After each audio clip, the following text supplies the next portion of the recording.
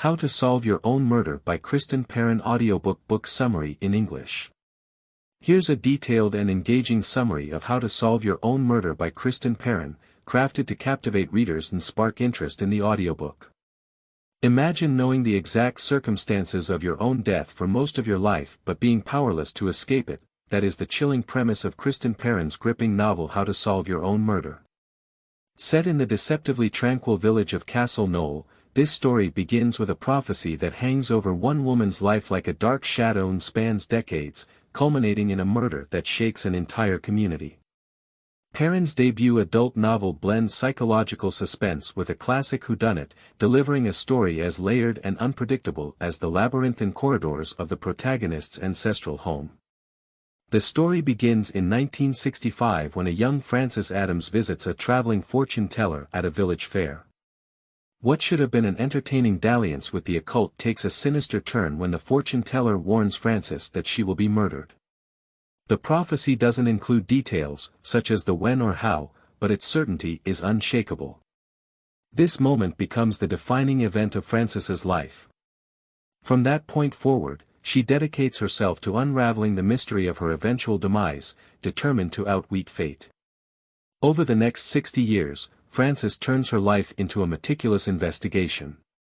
She collects secrets about everyone she encounters, amassing an archive of human behavior, motives, and potential threats. She journals compulsively, turning her life into a detective's case file, all in the hopes of preventing her foretold end. Yet, despite her efforts, Frances is found dead in her home in Castle Knoll in the very manner the fortune teller described. Her death isn't just a tragic mystery, it's an enigma steeped in irony, as the woman who tried to solve her own murder fell victim to it nonetheless.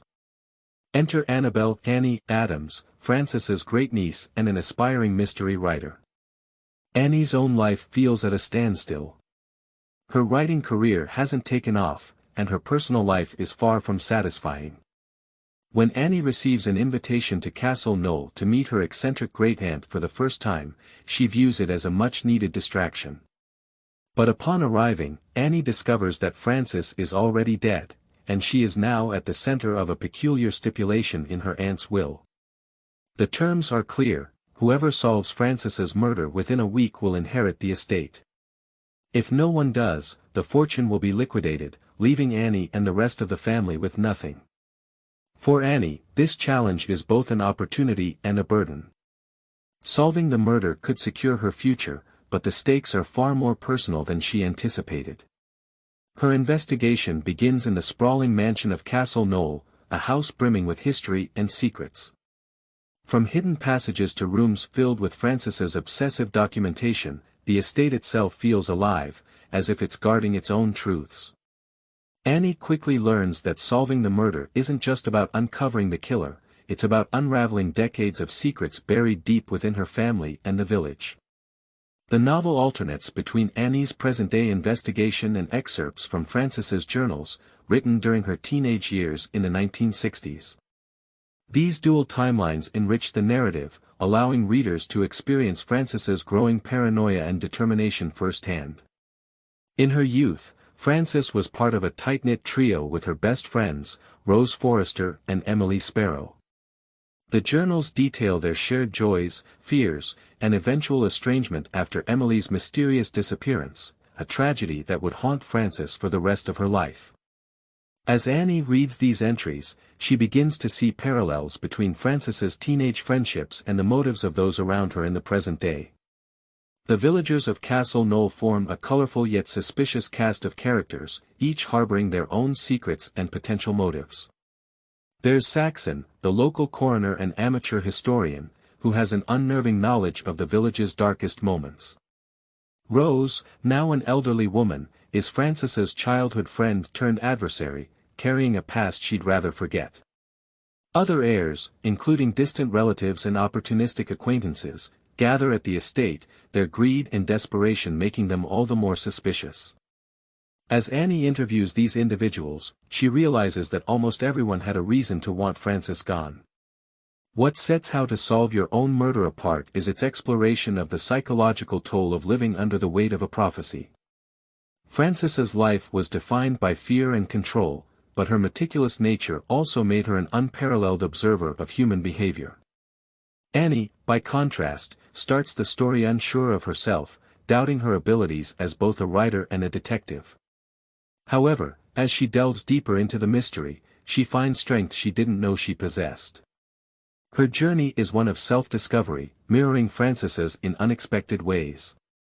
The climax of the novel is a tour de force of suspense and revelation. Annie's investigation culminates in a high-stakes confrontation that peels back the final layer of deception surrounding Frances's death. The resolution is both shocking and satisfying, tying together the threads of the story while leaving room for reflection on the novel's deeper themes. Perrin doesn't just deliver a cleverly plotted mystery, she offers a poignant exploration of human relationships, the weight of secrets, and the ways we try to control our own narratives. As a debut adult novel, How to Solve Your Own Murder is a remarkable achievement. Perrin's writing is atmospheric and evocative, bringing the village of Castle Knoll and its inhabitants to vivid life. The dual timelines are seamlessly interwoven, creating a narrative that is as compelling as it is intricate. The book has been lauded as a fresh take on the murder mystery genre, drawing comparisons to the works of Agatha Christie and Anthony Horowitz while carving out its own unique space. This novel is more than just a mystery, it's a meditation on fate, choice, and the lengths we go to protect ourselves and those we love. It challenges readers to consider how much of our lives are shaped by fear and whether we can ever truly escape our own prophecies. For those who enjoy stories that blend psychological depth with the puzzle-solving appeal of a classic whodunit, How to Solve Your Own Murder is a must-read. The book sets the stage for future installments in the Castle Knoll Files series, positioning Annie Adams as a relatable and resourceful protagonist. Her evolution from a struggling writer to a determined sleuth is both inspiring and satisfying, leaving readers eager to follow her into the next mystery. Perrin has created a rich and immersive world, and the promise of more adventures in Castle Knoll is an enticing prospect for fans of the genre. In conclusion, How to Solve Your Own Murder is a standout debut that offers both a compelling mystery and a profound exploration of human nature. Whether you're a seasoned fan of murder mysteries or a newcomer to the genre, this novel promises an unforgettable journey into the heart of secrets, lies, and the enduring power of determination. This 1,200-word summary is designed to be engaging, comprehensive, and reflective of the novel's unique appeal, making readers eager to dive into the audiobook.